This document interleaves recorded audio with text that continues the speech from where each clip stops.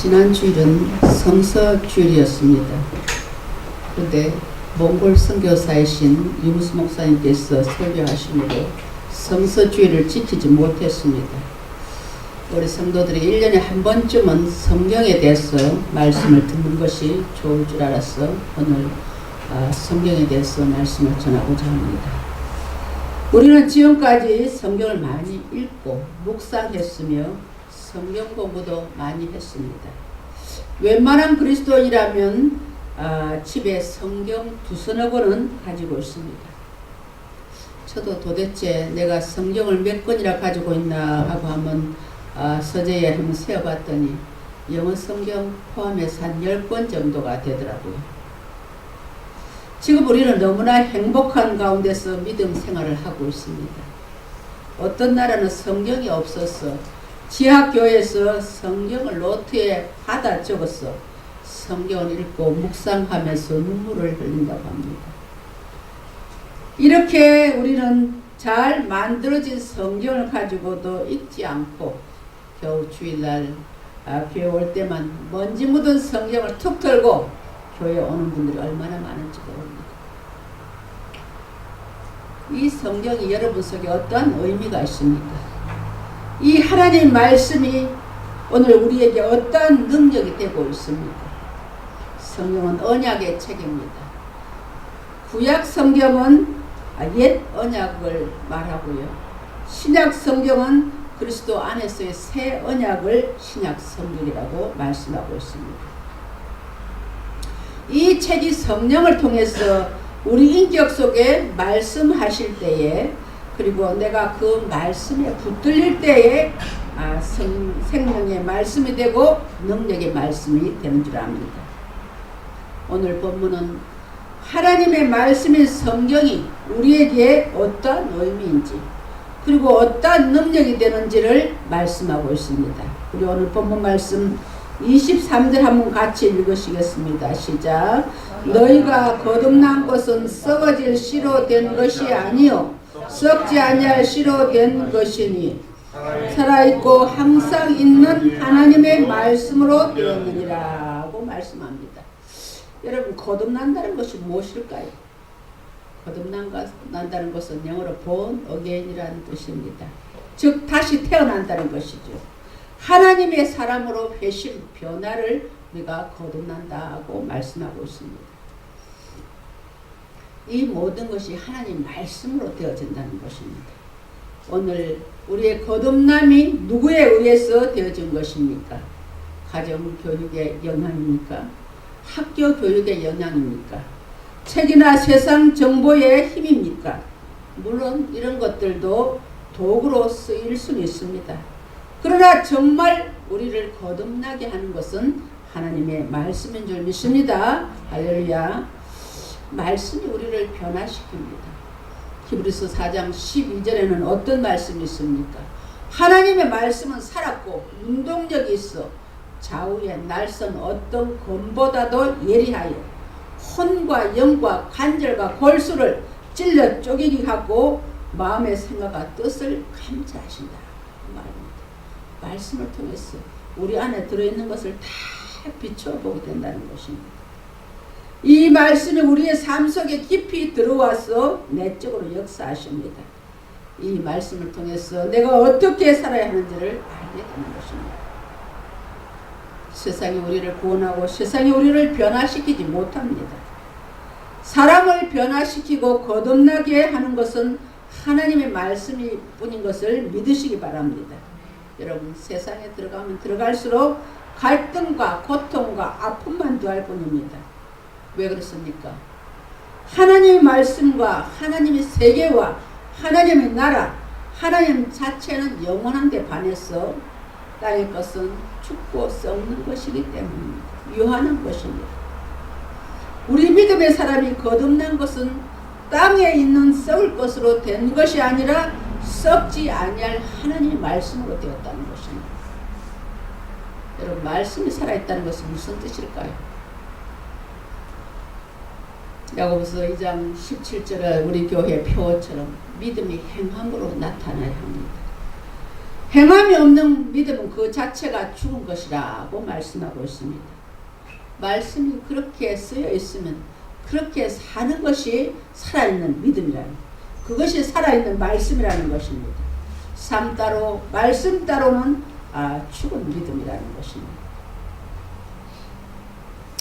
우리 다옥분 어르신 저 앞에 앉아 계시지만은 그분은 천주교를 다녔다가 이제 개신교로 개종을 하셨습니다. 교회에 처음 나오셔서, 우리 신교에 처음 나오셔서 당황스러운 것은, 천주교는 미사를 드릴 때에 이제 신부하고 또 신도들이 작은 책자, 소책자를 주고받고 신부가 읽고 성도들이 읽고 이렇게 하는 걸 주로 그 미사를 사용합니다. 그런데 기독교로 개종을 하고 나니까 성경 예배 드릴 때마다 성경을 사용하시는 거예요. 그래서 이때까지 가톨릭에 목나고 계신 때 보면 이 성경 익숙하지 못해서 구약 성경이 어딘지, 신약 성경이 어디 있는지도 모르셨답니다. 너무 속상하고 창피해서 이제 시간만 나면 성경을 읽으셨다는 것입니다. 그분의 성경을 보면 연세를 잡수셨는데도 구약, 신약, 빨간 줄이 얼마나 많이 꼬여 있는 걸 보일 수 있습니다. 그렇게 많이 성경을 읽었다는 것이 증거이죠. 성경을 읽다 보니 하나님을 사모하는 마음이 생긴 거예요. 그래서 주일뿐만 아니라 그냥 노후에도 불구하고 수예배도 한 번도 빠지지 않고 이렇게 나오십니다. 여러분, 천국은 직무하는 자가 차지한다고 했습니다. 영적 일에도 우리가 욕심을 내야 합니다. 믿음은 말씀을 듣고 읽어야 자랍니다. 항상 성경을 가까이 두고 밤낮으로 시간 날 때마다 읽어야 합니다. 그래야 능력 있는 믿음의 소유자, 살아있는 믿음의 소유자가 되는 것입니다. 얼마 전에 집사님 한 분이 저보고 그러대요. 목사님은 치매에 안 걸리겠대요. 항상 말씀을 연구하느라 머리를 쓰고 쓰는 일을 많이 하니까요. 제가 얼마 전에 TV를 보니까 TV를 많이 보는 분은 치매에 걸 확률이 아주 높다고 그렇게 하대요. 그런 이야기를 했습니다. 그래서 제가 저는 TV를 잘 안 봅니다. 세상 돌아가는 것이야 신문에 있고요. 인터넷에 들어가면 얼마든지 볼 수 있는데 시간 아까워서 저는 TV 앞에 잘 안 앉아 있습니다. 그런 말씀을 드린 적이 있습니다. 여러분, 내가 가지고 있는 성경이 깨끗하다면 부끄럽게 얘기해야 됩니다. 성경을 안 읽었다는 증거예요. 내가 우리 김성은 목사 성경책을 보고 하도 너덜너덜해서 성경 하나 사주려고 그랬어요. 근데 사주는 것을 안 했다, 피했습니다. 본인은 이 성경 너덜너덜한 게 본인의 금지입니다. 얼마나 성경을 읽었으면 그렇게 표지가 다 나달나달해졌겠습니다. 우리가 예배 시에 여러분들이 성경을 이렇게 찾으라 그러면 어떤 분은 그냥 구약을 신약에서 찾고 신약을 구약에 찾는 분들이 있습니다. 그분들은 분명히 성경을 안 읽은 분이에요. 20-30년 교회를 다녔다 하면서 그렇게 성경을 제대로 못 찾으면 하나님 앞에 부끄럽게 여겨야 됩니다. 세상에 돈 버는 일이라면 물을 안 가리고 배우려고 애쓰고 육신의 건강이 좋다면 어떤 혐오스러운 식품이라도 먹으려고 하면서 지혜와 지식의 보고인 성경을 멀리한다면 그분은 거듭난 사람이 아닙니다.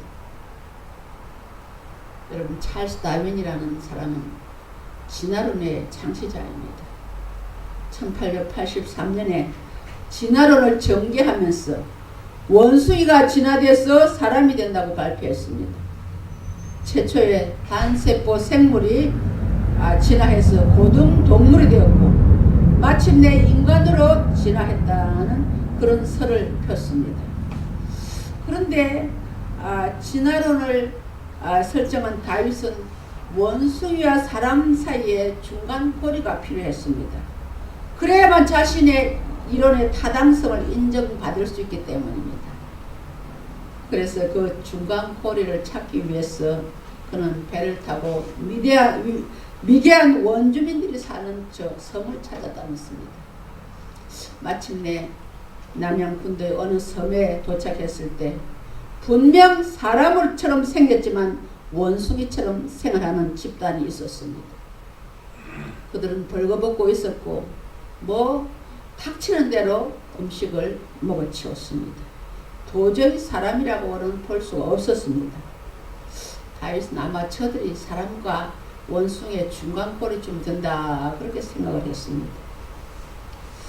그로부터 30년 뒤에 다윗은 일부러 그 섬에 가보았습니다. 그 섬에 가보 깜짝 놀랐습니다. 마을에는 교회당이 서 있고요. 그 미개한 원주민들이 깨끗하게 옷을 차려입고 손에 성경을 들고 교회당에 가서 예배를 드리고 있었습니다. 그들은 도저히 그 전에 미개한 원주민이 아니었습니다. 아니 하나님이 사람이 되었습니다. 그들이 그렇게 변화된 데 대한 것은 존 화이튼이라 하는 선교사였습니다. 그것이 하나님의 말씀의 능력인 것입니다. 이 말씀이 우리를 거듭나게 합니다. 살아있는 믿음의 소유자가 되고 우리를 변화시켜 주는 것입니다. 그러므로 하나님 말씀은 우리를 거듭나게 합니다. 할렐루야. 두 번째로 하나님 말씀은 우리로 하나님의 뜻을 깨닫게 합니다. 여러분 구약 다니엘서에 보면요. 다니엘은 바벨론의 느부갓네살이 예루살렘 침공해가지고 유다가 망할 때 바벨론의 포로로 끌려간 귀족 중에 한 사람입니다. 포로로 끌려갈 당시 그는 소년이었습니다. 그 다니엘은 하나님을 경외하면서 장차 바벨론과 페르시아의 2인자의 자리까지 오르게 되었습니다. 근데 그 다니엘은 다니엘서 6장 10절에 보면 하루 3번씩 예루살렘으로 향한 곳에 창문을 열고 기도했다고 그랬습니다. 그러나 다니엘이 궁금한 것이 풀리지 않는 것이 하나 있습니다. 이 망한 유다가 언제쯤 회복해서 옛 영광을 되찾을 것인가 하는 것이었습니다. 그는 비록 이국 땅에서 출세를 해서 높은 자리에 있지만 왜 하나님이 우리 유다를 망하게 하셨는가? 왜 아직도 우리 민족이 이 땅에서 고난을 당해야 하는가 하는 그 문제를 해결할 수가 없었습니다. 이러한 문제를 가지고 그는 하나님의 말씀을 읽기 시작했습니다. 말씀을 읽다가 다니엘은 하나님 말씀 속에서 하나님의 뜻과 계획을 발견하게 됩니다. 다니엘서 9장 2절에 보니까 나 다니엘이 책을 통해 여호와께서 말씀으로 선지자 예레미야에게 알려주신 그 연수를 깨달았나니 곧 예루살렘이 황폐함이 70년 만에 그치리라는 것이니라고 기록하고 있습니다. 성경을 읽다가 의문이 해결된 것입니다. 그 유다가 바벨론의 포로로 잡혀온 횟수가 70년 만에 끝날이라는 예레미야 선지자의 글을 읽게 된 것입니다. 그래서 가만히 그 연수를 계산해 보니까요. 1년만 지나면 하나님이 약속하신 해방이 된다는 것을 알게 되었습니다. 다니엘은 이것을 깨닫는 순간 모든 것이 풀렸습니다. 왜 하나님께서 자기 민족에게 고난을 주셨는지, 그리고 어지럽고 복잡한 세상 역사 속에서 하나님의 구원이 있고 하나님의 섭리와 다스림이 있고 우리는 그 하나님 섭리 안에 살고 있다는 것을 깨달은 것입니다. 이것을 깨달은 다니엘은 하나님께 기도하기 시작했습니다. 그리고 하나님의 뜻을 분별하면서 하나님만 바라볼 수밖에 없었습니다. 이렇게 하나님의 말씀이 우리를 향한 하나님의 뜻을 가르쳐 주고 계시는 것입니다. 성경에서 우리는 하나님의 뜻을 발견하게 됩니다. 신구약에 여러분 한번 보십시오. 창세기 같은 데 보면 얼마나 얼굴 뜨거운 이야기들이 많습니까? 정말 인간이 이렇게 자기를 위대하게 보이라고 썼다면 무슨 근친 상관을 왜 썼겠습니까? 동성애가 넘쳐서 유학부를 멸망당한 것을 왜 쓰셨겠습니까? 그러나 그것을 통해서 하나님의 뜻을 깨달을 수 있는 것입니다. 세 번째는 하나님의 말씀이 우리 인생을 복되고 형통한 길로 인도하십니다. 시편 119편 105절은 주의 말씀은 내 발의 등이요 내 길의 빛이라고 했습니다. 하나님을 거역하는 세상은 마치 어두운 밤과 같습니다.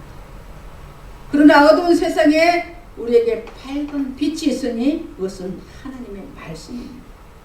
말씀이 우리를 구원의 길로 인도하시고 복된 삶의 길을 내려갈 수 있도록 우리를 인도하십니다. 우리가 너무 잘 아는 말씀 있죠. 디모데전서 3장 16절입니다. 모든 성경은 하나님의 감동으로 된 것으로 교훈과 책망과 바르게 함과 의로 교육하기에 유익하니 이는 하나님의 사람으로 온전케 하며 모든 선한 일을 행할 능력을 갖추게 하려 함이라 했습니다. 하나님 말씀은 내가 살아가는 동안 교훈과 책망과 바르게 함과 의로 교육하기에 유익한 책이라고 말씀하고 있습니다. 또한 하나님 말씀은 우리를 형통한 길로 인도하신다고 말씀합니다. 우리가 너무 잘 아는 시편 1편 1절로 3절에도 그랬죠. 복 있는 사람은 악인의 꾀를 따르지 아니하며 죄인의 길에 서지 아니하며 오만한 자의 자리에 앉지 아니하고 여호와의 율법을 즐거워하여 그 율법을 주야로 묵상하는 자로다라고 말씀합니다. 그는 시냇가에 심은 나무가 시절을 쫓아 과실을 맺으며 그 잎사귀가 마르지 아니한 같으니 그가 하는 모든 일이 다 형통하리라고 말씀하십니다. 여기에서 두 가지 뚜렷하게 나타난 단어가 있습니다. 묵상한다. 하나님 말씀을 묵상하는 자. 또한 형통이라는 단어가 있습니다. 이것을 종합해 보면 말씀을 묵상하는 자는 그의 삶의 결과가 형통하다는 것을 말씀하고 있습니다. 사랑하는 성도 여러분, 형통한 삶을 원하십니까? 축복의 삶을 원하십니까?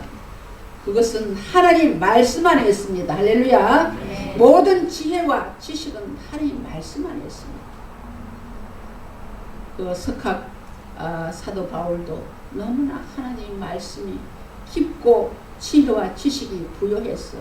로마서 11장 33절에 깊도다 하나님의 지혜와 지식에 부여하며 그의 판단은 측량할 수 없고 그의 길은 찾지 못할 것이라고 토로하고 있습니다. 우리 교회 성도들 다른 교회는 모르겠습니다만 대표 기도를 하려면 부담을 느낍니다. 왜 그럴까요? 그 안에 말씀이 없기 때문입니다. 힘있고 능력 있는 믿음 생활을 원하시면 말씀을 많이 읽고 말씀을 많이 암송해야 됩니다. 내 것으로 삼아야 돼요. 아무리 성경 66권에 약속이 있고 축복이 들어있더라 할지라도 그것을 내 것으로 삼지 아니하면 역사가 일어나지 않습니다. 만약 여러분이 고난과 시련을 당하고 있다고 합시다. 그러면 거기에 대한 상관 말씀을 내 것으로 삼아야 돼요. 예를 들면 요한복음 14장 1절에 보니까 너희는 마음에 근심하지 말라. 하나님을 믿으니 또 나를 부르라. 또한 시편 50편 15절에는 환난 날에 나를 부르라. 내가 너를 건지리니 내가 나를 영화롭게 하리라. 환난 날에 하나님을 부르라 그랬어요. 우리는 환난을 당하면 하나님 불러야 됩니다. 그게 말씀에 서 있는 사람의 삶입니다. 그리고 빌립보서 4장 6절도 아무것도 염려하지 말고 모든 일에 기도와 간구로 너희 구할 것을 하나님께 감사합니다. 이 말씀이 내 안에 있고 이 말씀을 내가 꺼내 사용해야 그게 살아있는 믿음이 되는 것입니다. 그러면서 이 말씀을 붙잡고 기도하시면요, 기도하는 분이나 기도에 동참하는 분들이 다 은혜를 받게 됩니다. 아무리 여러분 기도할 때 세상의 미사여구를 동원해도 세상의 은혜는 힘이 없습니다. 하나님 말씀은 살아있기 때문에 그 말씀 자체에 생명력이 있고 힘이 있는 것입니다. 할렐루야.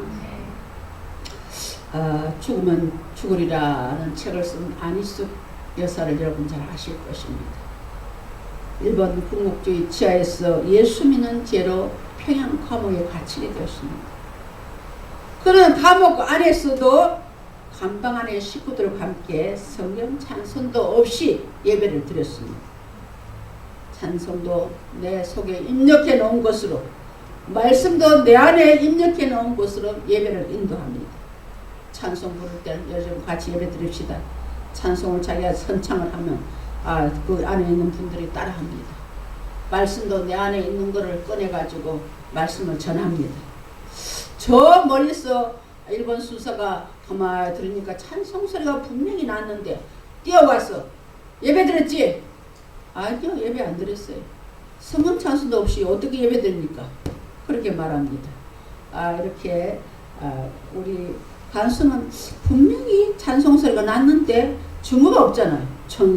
성경 찬송이 있으면 이 성경 찬송에 예배 드리는 게 증거 아니냐 하지만 자기 속에서 내서 꺼내서 예배를 인도하니까 그게 증거가 없으니까 머리를 긁적긁적하면서 그냥 되돌아가는 그 모습을 그 책에는 기록하고 있습니다. 성도 여러분, 우리도 준비해야 합니다. 우리에게도 언제 이런 날이 올지 모릅니다. 항상 지금처럼 마음 놓고 예배드리고 마음 놓고 기도할 수 있는 때가 있다고 계속해서 그런 생각하시면 안 됩니다. 언제 어느 때 우리도 예배하는 것을 방해를 받았고 아무 곳에서 정말 자유롭게 예배할 때가 안 올지도 모릅니다. 그때를 대비해서 우리는 말씀을 내 안에 많이 넣어놓고 그때를 대비해서 기도도 많이 저축해 놓으시기를 바랍니다. 통장에 잔고가 많은 사람은 어디를 가도 든든하죠. 마찬가지로 말씀이 내 안에 저축되어 있는 사람은 어떤 일을 당해도 담대해집니다. 그런 믿음의 사람들이 되시기를 주의 이름으로 축원합니다. 네. 여러분, 저는 하나님 말씀 많이 암송해서 목사가 된 사람입니다. 지난 주일에 오셔서 말씀을 전하신 그 윤수 목사님, 저를 신학에 보내주신 분입니다. 그분이 가만히 보니까 정작 권사는 하나님 말씀도 많이 암송하고 기도할 때 꼭 하나님 말씀 붙잡고 기도하고 대외적으로 성경 퀴즈 대회라든지 또 무슨 교회 행사 대외적으로 하는 행사에 가면 꼭 상도 받아오죠. 그러니까 저분은 하나님 씻을 사람이구나 해서 저한테 이렇게 신학교 원서하고 등록금 주셔가지고 등 떠밀려서 신학을 하고 이렇게 하나님의 교회를 13년 동안 섬겨왔습니다. 우리 교회는 연말에 성경 읽은 분들에게 시상을 하려고 합니다. 여러분, 지금부터라도 성경을 열심히 읽으시기 바랍니다. 성경을 가까이 하는 습관을 가지셔야 합니다. 하나님 말씀을 통해서 역사하십니다. 말씀 안에 온갖 지혜가 다 들어있습니다. 말씀 안에 능력이 있습니다. 말씀이 우리를 거듭나게 합니다. 그 말씀을 통해 우리는 하나님의 뜻과 계획을 알 수가 있습니다. 말씀이 우리를 형통한 길로 인도하시는 것을 믿으시기 바랍니다. 그러므로 세상에서 무슨 일이 나도 두려워하지 않고 강하고 담대하게 나아갈 수 있는 것입니다. 말씀 없는 사람이 쭉장에 갔습니다. 여러분, 내가 교회 왔다 갔다 한다고 다 구원받고 천국에 간다고 확신하지 마십시오. 마지막 때에 하나님께서 알곡과 쭉정이를 구별하실 때가 분명히 오신다고 말씀합니다. 여러분, 쭉정이는 바람 한 부름 다 날아갑니다. 그러나 알곡은 그 안에 말씀이 그 성령 내 안에 계시는 분들은 아무리 바람이 불고 창수가 나도 흔들리지 않습니다. 알곡 그대로 남습니다. 쭉정이 백과모가 무슨 소용이겠습니까? 여러분, 수만 명 모이는 교회에 불허할 거 없습니다. 거기에서도 소수의 무리만 교회를 끌고 갑니다. 다 거품 신자들이 얼마나 많은지 모릅니다. 쭉정이 백과모보다 알곡 한 과모가 중요합니다.